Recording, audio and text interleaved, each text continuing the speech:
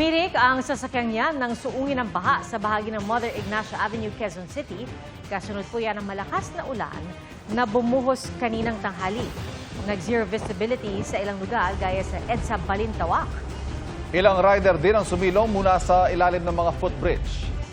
Sa Quezon Memorial Circle naman, umigat ang daloy ng trapiko dahil sa hanggang gutter na baha. Ayon sa Pag-asa, thunderstorms ang nagpaulan kanina sa Metro Manila. Magandang hapon po. Nauwi sa trahedya ang masayasanang tour ng isang grupo patungo sa Kalinga.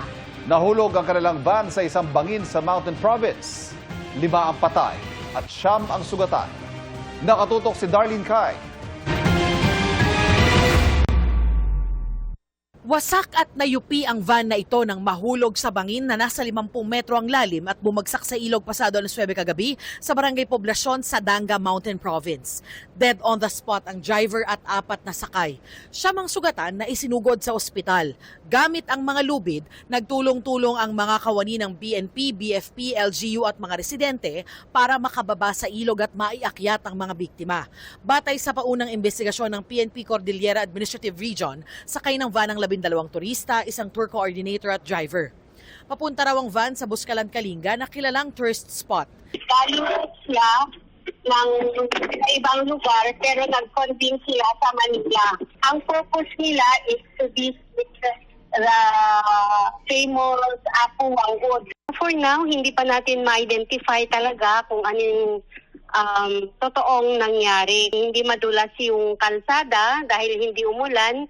Sementado naman doon sa area. Kaya lang, merong napansin ang ating mga investigador na parang may scratch ng metal sa kalsada. Hinala ng pulisya na flat ang gulong ng van. Mukhang na-flat siguro yung sasakyan. At hindi na control ng ating driver yung sasakyan. Kaya nahulog. Parang ganun po ang theory for now.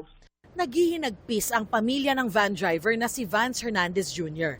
Ayon sa misis niya, tila nagkaroon daw siya ng pangitain bago ang trahedya. Nanaginip po ako nung gabi. Hindi ko na po sana siya papaalisin. Sa panaginip ko nalaglag yung van sa bangin. Pero kasama po ako, yung pangitain ko. Tapos bigla akong nagising. Yung kinabahan na po ako. Tapos yun, gano'n na nga po. Sanay raw ang kanyang asawa na bumiyahe roon. Weekly po siyang umaakyat po talaga ng bundok. Weekly po yun. 3 years na po siya dyan.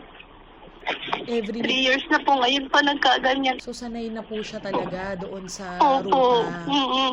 Opo. Kaya po nagtataka ko paano po nangyari yun. Sila raw ang may-ari ng van na nirerentahan ng travel agency para sa mga joiners tour. Sana masaya na siya sa kung nasan siya. Mahal na mahal namin siya ng mga anak niya. Kakayanin ko, pipilitin ko ako para sa mga anak niya. Patuloy na kinukuha ng GMA Integrated News ang panig ng Travel and Tours Agency pero hindi pa sila sumasagot sa mga text o tawag. Ayon sa PNP, may prangkisa ang van bilang tourist transport service. Para sa GMA Integrated News, Darlene Kai, nakatutok 24 oras. Nakauwi na po ang 2 Pilipino na nasagip ng mga otoridad nang dalhin sa Cambodia para gawing love scammer. Ang mga biktima nakakaranas ng pananakit kapag hindi naabot ang quota sa pangi-scam. Nakatutok si John Consulta, exclusive.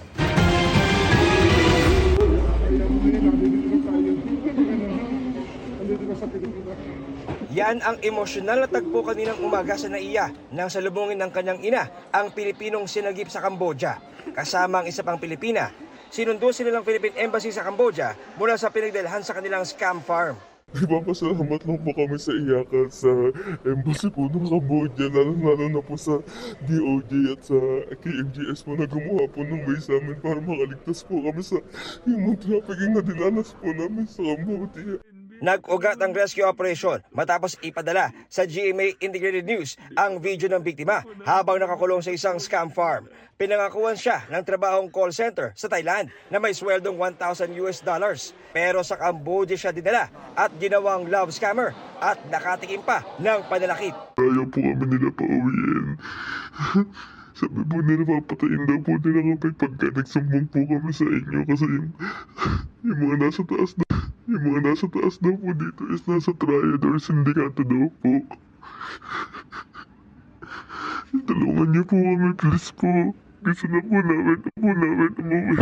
Bukod sa palo sa likod, tinutusok rin daw siya ng injection sa kamay kapag hindi naaabot ang kota ng mga mabibiktimang dayuhan sa kanilang modus. Injection po nung ginawa po nila sa akin. Bakit kinala in-injectionan? Kasi po wala daw pong na-scam that day.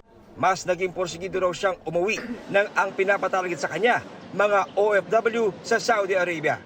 Masakit po pero hindi ko po magagawang tanggihan. Gawa po kasi sinasaktan po nila ako sa tumanggi po kami sa kanila. Matapos ilapit ng programang Kapuso Mo Jessica So sa Interagency Council Against Trafficking o IACAT at Department of Foreign Affairs, ligtas siyang nakauwi sa Pilipinas. Nandito na yung anak ko. Maraming salamat po sa GMA 7 at nailapit niyo po kami sa kay IACAT po. May liwanag na po nung kami po ay inyong tinulungan.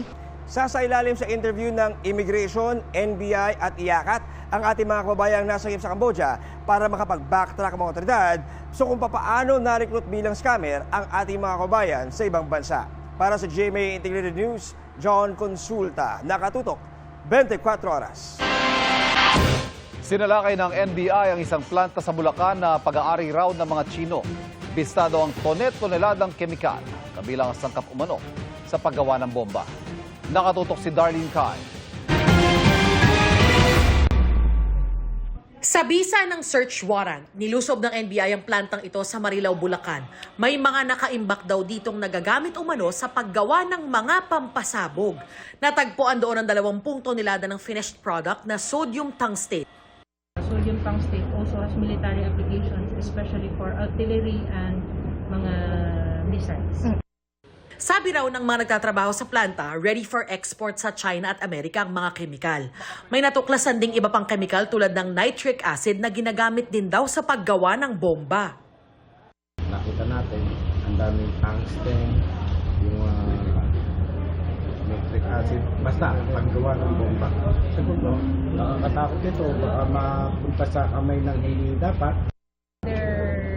Registered to manufacture metal alloys. Yung nakita natin ng mga chemicals, according to our chemists, are industrially not related to the manufacturing business that they have.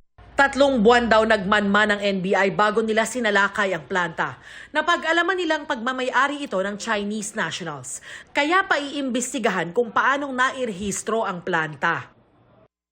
Initial findings namin, the corporation is owned by 5 Chinese, which is a violative of our constitution. No? Kailangan may Filipino ownership. Hazardous o mapanganib ang mga kemikal sa planta at posibleng may masamang epekto sa mga Pilipinong nasa 7 taon nang nagtatrabaho sa pasilidad ng wala raw proteksyon. They are not using face mask. Sabi sa akin kanina, pagka daw nagtatrabaho sila sa loob, babalot lang sila ng t-shirt na gano'n. And that is very dangerous. Ang sodium tungstate po, according to the Library of Medicine ng USA, is category 4 toxicity. It's the most toxic form of tungsten. And kapag na-heat siya, it will produce sodium oxide, which is highly toxic if inhaled. 3 Chinese national ang naaresto. Wala pa silang pahayag. Kasama rin sa iimbestigahan ng laboratorio at mga chemist ng nasabing planta. Para sa GMA Integrated News, Darlene Kai, nakatutok 24 oras. Maliit na rollback sa petrolyo ang posible sa susunod na linggo. Sa tansya ng kumpanyang Unioil, asahan ng 10 hanggang 30 sentimong bawas sa kada litro ng diesel. Sa gasolina naman, maaaring may kaltas ng 10 sentimo kada litro o walang paggalaw sa presyo.